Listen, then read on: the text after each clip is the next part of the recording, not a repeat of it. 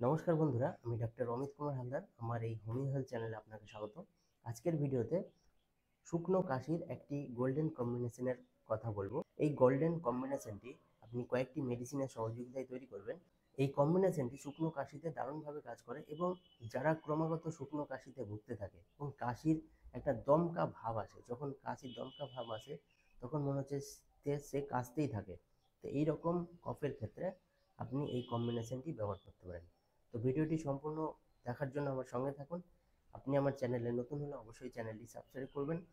আমার কাছে কোনো জিজ্ঞাসা থাকলে আমাকে হোয়াটসঅ্যাপ করতে পারেন।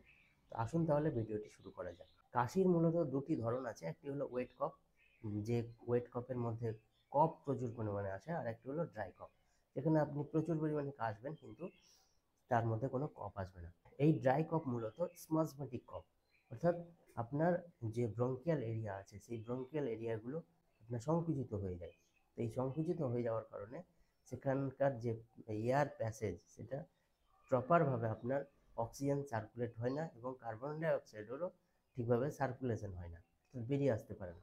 তো এই রকম পরিস্থিতিতে আপনার একটা কাশির সমস্যা হয়।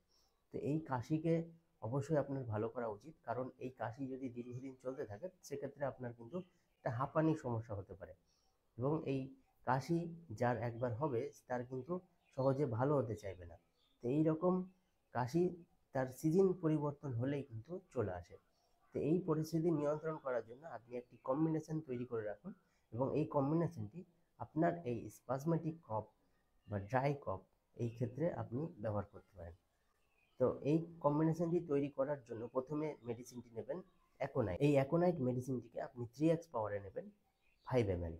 এই মেডিসিনটির দারুণভাবে কাজ করে সেই পরিস্থিতিতে যখন দেখা যাচ্ছে যে আপনার একটু হাওয়া বাতাস লাগলেই আপনার কাশি শুরু হয়ে যায় এবং কাশি এই ভালো আছেন, হঠাৎ করে আপনার কাশির পরিস্থিতি তৈরি হলো, অর্থাৎ ভালো থাকতে থাকতে খারাপ অবস্থা।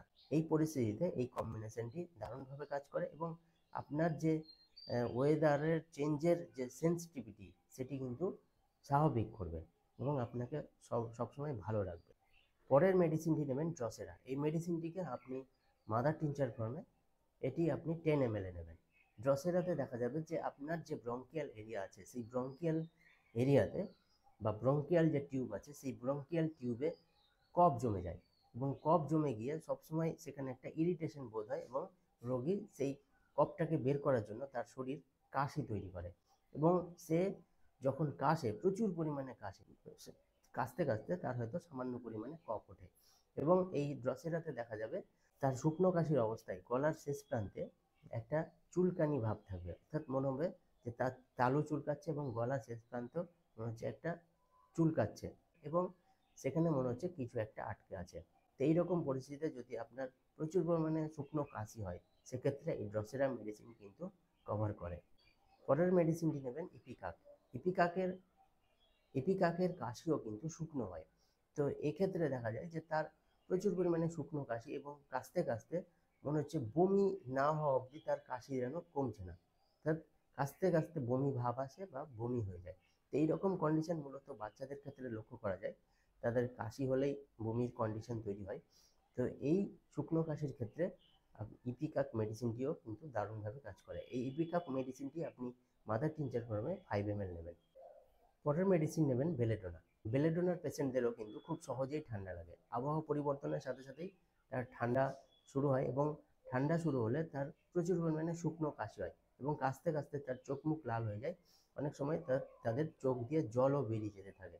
তো এই রকম কাশির ক্ষেত্রে বেলেডোনা মেডিসিনটি দারুণভাবে কাজ করে এবং বেলেডোনা পেশেন্টদের মধ্যে দেখা যাবে যে তারা ইঁদুর, বিড়াল, ভূত এই সমস্ত প্রাণীদেরকে খুব ভয় করে, তারা প্রচুর পরিমাণে ভূতের ভয় করে।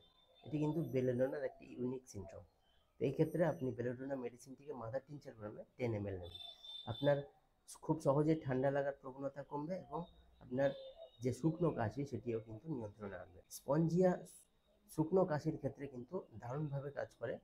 তো দেখা যাচ্ছে শুকনো কাশির সাথে আপনার ভেতরে, আপনার বুকের ভেতরে একটা সাই সাই শব্দ আছে, মনে হচ্ছে আপনার বুকের ভেতরে কফ আছে এবং কফ, শুকনো কাশির মানে কাশছেন শুকনো কিন্তু কাশির পরে, অনেকটা কাশির পরে আপনার কফ উঠছে। তো এই পরিস্থিতিকে নিয়ন্ত্রণ করে স্পঞ্জিয়া। স্পঞ্জিয়া মেডিসিনটিকে আপনি মাদার টিনচার ফর্মে 5 ml নেবেন। তো সবকটি মেডিসিন এইভাবে এই মাত্রায় একটি হোমিওপ্যাথিক শিশিতে ভালো করে মিশিয়ে নেবেন।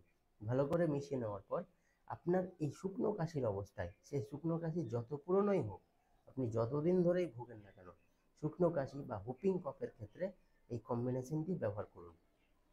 কম্বিনেশনটি যখন ব্যবহার করবেন, আপনি ভালো করে একটু সেক করে নেবেন, একটু ভালো করে মিশিয়ে নেবেন শিশিতে। তারপরে আপনার সমস্যায় 10 ফোঁটা করে মেডিসিন দিনে 4 বার করে সেবন করুন, হাফ কাপ জলে, হাফ কাপ উষ্ণ গরম জলে। এবং যখন সেবন করবেন তখন সেই মেডিসিনটিকে আপনি চায়ের মতো করে খাবেন বেশ কিছুক্ষণ ধরে। তাহলে এর ইফেক্টিভ রেজাল্ট পাবেন এবং আপনার কাশি কিন্তু খুব দ্রুত ভালো হবে এবং আপনি আরাম বোধ করবেন। তো আজকের ভিডিওটি কেমন লাগলো অবশ্যই কমেন্ট করে জানাবেন। পরবর্তী ভিডিওর জন্য আমার সঙ্গে থাকবেন। আমি এই ধরনের বিভিন্ন ইনফরমেটিভ ভিডিও আমার চ্যানেলে দিয়ে থাকি। আমার চ্যানেলে নতুন হলে অবশ্যই চ্যানেলটি সাবস্ক্রাইব করে নেবেন। ভালো থাকবেন, সুস্থ থাকবেন। ধন্যবাদ।